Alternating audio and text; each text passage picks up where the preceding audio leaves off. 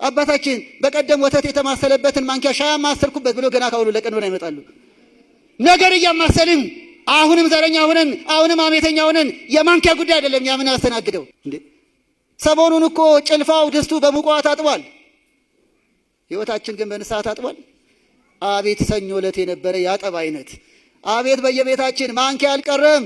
እግዚኦ በጣም ጥሩ ነው፣ እግዚአብሔር ይመስገን። ማንኪያው እንዳይረሳ ጭልፋው እንዳይነሳ ተነካክቷል ተብሎ በሽቦ በምኑ በአይጃክሱ ሲታጠባል።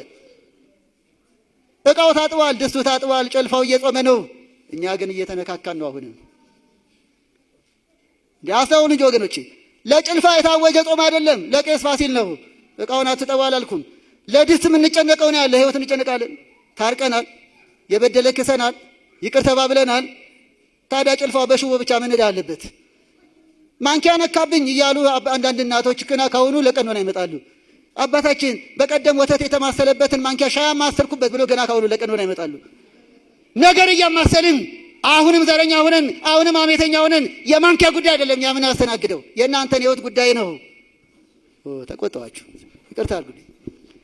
ለጭልፋ መጨነቅ አትጨነቁ አላልኩ። ህይወት እንዴት ነው? ወንድማማቾች ታርቀዋል፣ ባልና ሚስት ታርቀዋል። የተኳረፈ ኩርፊያውን ትቶ ይቅር ተባብሏል። ታዲያ ምንድን ነው ድስት ማጠብ ብቻ? አንደበት ሳይታጠብ ህይወት ሳይታ ጀመርነው እኮ አልጨረስነውም። አሁንም ይቻላል። አሁንም እንታረቅ። አሁንም የበደለ ይካስ። አሁንም ይቻላል።